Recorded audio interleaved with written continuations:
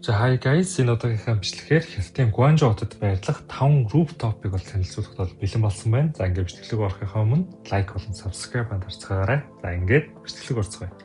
За хамгийн ихний сонгож авсан rooftop маань болохоор Roof Bar Park Hyatt Guangzhou гэдэг нэртэй бол газар байгаа даа. За энэ газар бол товчхоноор хэлэх юм бол ерөөсө Canton Tower-ыг харангаа оройн зууг барих ч юм уу, эсвэл нэг ноо ч юм уу, орилон дарс ч юм уу ууж суухад бол хамгийн тохиромжтой тийм газар бол байгаад байгаа. За энэ газрын хувьд бол Guangzhou-ийн Park Hyatt гэдэг нэртэй газар бол байрладаг. За энэ газар нь бол газрын түвшнээс нэг ойролцоогоор 250 м-ийн өндөрт байрладаг учраас Canton Tower болон Pearl River-ыг бол ерөөсөө шууд дээрээс нь бол харах боломжтой тийм газар гэж ойлгох хэрэгтэй. За энд очиход бол уур амьсгал нь бол маш одоо тийм цэвэрхэн, за тэгээд үнэхээр тансаг. За тэгтээ бас одоо хит тийм албархаг одоо тийм хувцалж очих бол шаардлагагүй. Ер нь бол casual өдөр тутмынхаа хувцсыг өмсөд очиход бол нэлээд тийм боломжтой тийм газар бол байгаад байгаа. За сандлуудын бодлыг хөвчлэн буудан байдаг учраас суугангаа ер нь юм ширтэх бол маш тохиромжтой тийм газараа гэж ойлгох хэрэгтэй. За ер нь ямар хүмүүс очивол ер нь их зүгээр юм бэ гэх юм бол хосоор явж байгаа хүмүүс юм уу, эсвэл бизнес уулзалтаар явж байгаа, эсвэл найзуудаараа бөөнөр явж байгаа хүмүүс очиход бол нэлээд тохиромжтой тийм газар байгаа. За ялангуяа Guangzhou анх удаа ирж байгаа хүмүүс бол Canton Tower-ыг ер нь хамгийн гоё өнцгөөс харах боломжтой. Энэ бол rooftop бол байгаад байгаа. За хамгийн очиход ер нь таатай хамгийн гоё цаг нь гэх юм бол нар жаргахын өмнө очивол ер нь хамгийн гоё. За тэгээд дараа нь бол нар яг манчих байх нөгөө сансет хийчих үеэр нь бол хотыг бол бас харах бол үнэхээр тааламжтай тийм гоё газар бол байгаад байна. За хоёр дахь газар нь бол Tian Bar гэдэг нэртэй бол газар бол байгаад байна. За энэ газар нь бол та бүр 99 давхраас ер нь бол хотыг толдох боломжтой тийм одоо Sky Bar буюу нөгөө тэнгэрийн одоо бар гэж нэрлэж болохоор тийм өндөр дээрээс харах боломжтой 99 давхар буюу бараг л 100 давхрын дээрээс ер нь бол та ингээд Guangzhou-ыг бол толдох боломжтой тийм газар бол байгаад байна гэсэн үг.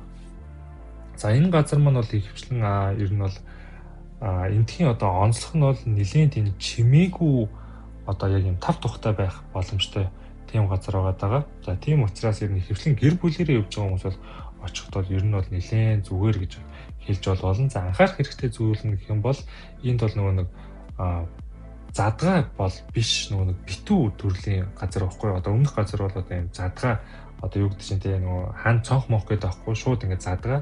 Энэ газар бол 99 давхрын дээр гараад ирсэн учраас заавал нөгөө битүү байхгүй бол ер нь нэлээд жоохон тав тухгүй болчихно. Тийм учраас ер нь бол битүү өмнөх газараас өөр юм бол битүү газар байгаа. За гурав дахь нь болохоор Too High Rosewood Guangzhou гэдэг нэртэй бол газар байгаа тань. За энэ бол ерөөсөө Guangzhou-гийн хамгийн өндөр ер нь бол rooftop гэж бол хэлж болно. За энэ газар нь бол Guangzhou-гийн болохоор Rosewood гэдэг газар бол байрладаг. За Rosewood-ийн албан ёсны одоо мэдээлэлээр бол энэ газар маань бол бүр 107 давхар дээрээс ер нь бол Guangzhou-ыг бол тойлтно гэсэн. Тийм учраас хамгийн өндөр нь гэж хэлээд байгаа. За тэгээд нэлийн тийм тухтай, айгүй тийм намуухан хөгжим мишгэлсэн. За тэгээд хотыг харах маш гоё вьютэй тийм газар бол байх нэ. За ягаад энэ газрыг нөгөө Too High гэж нэрлсэн нь бол уус эндээс харагдж байгаа 107 давхрын дээрээс гэдэг нь болохоор хамгийн өндөрнөө гэж ойлгох хэрэгтэй. За ямар хүмүүс тохиромжтой юм бэ гэх юм бол ер нь нэлийн жоохон тансаг зүйл одоо сонирхдаг тансаг зүйл нь дуртай хүмүүс ер нь бол очиход бол нэлийн одоо тохирсон газар бол гэж бол хэлж болно. За эндээс тэгээд ер нь бол та Guangzhou-ыг тэр чигээр нь харна. Ялангуяа нөгөө Zhujiangni Town гэдэг юм гэрлүүд асдаг юм маш гоё юм нэг Guangzhou-гийн нэг хэсэг газар байдаг. За тэрийг бол дээрээс нь бол зүгээр тасархаа харнаа гэсэн. За дөрөв дэх газар нь бол Jojo's Riverside гэдэг нэртэй бол газар байгаа даа. За энэ газар нь бол хамгийн хөгжилтэй одоо тийм нэгэн тийм social rooftop гэж бол хэлж болно.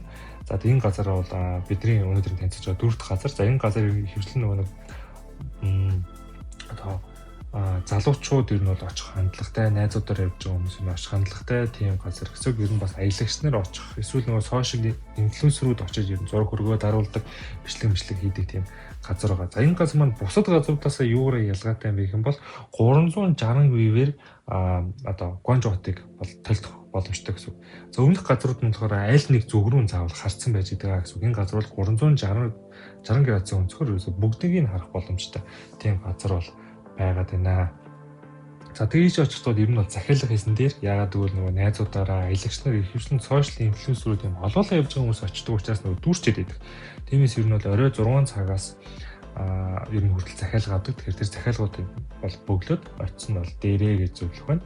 За хамгийн очих best одоо тийм цаг нь гэх юм бол 7-9 цагийн хооронд очивол ерөөсөө бүх юм маш гоёор харагддаг. Тийм учраас та бас явахдаа цагаар тааруулаад очсон дээр гэж бодож байна. За хамгийн сүүлийн буюу 5 дахь газраар Roof Bar 5 гэдэг нэртэй газар бол сонгогдсон байна. За 5 дахь газрын хувьд бол энэ газар маань болохоор Elen Hotel 5 гэдэг одоо буудлын дээр нь бол байрладаг.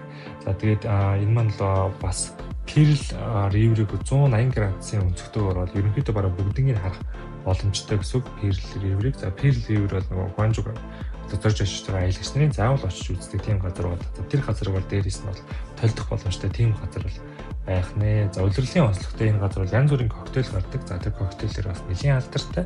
Та яг аль улирт очиж байгаас ялтгалаад энэ газар өөр коктейлүүдийг бол уух боломжтой гэсэн. За очиж байгаа хүмүүсийн хувьд яг ямар хүмүүс очивол ер нь нэлийн тохиромжтой гэх юм бол цомхоо найзууд те нэг 3-4 л явж байгаа найзууд очиодод нэлийн аятайхан за эсвэл 50 яриа өрнүүлэх хэрэгтэй байгаа одоо бизнес хамтрагч ч юм уу эсвэл хосоор дейт хийж очих юм яг тиймэрхүү хүмүүс бол нэлийн тийм зориулагдсан газар байгаа даа. За ингээд энэ удаагийн бичлэг нь бол дуусч байна. Дараагийн бичлэгээр уулзлаа. Түр баяртай. Лайк болон subscribe хандацгаарай. Bye guys.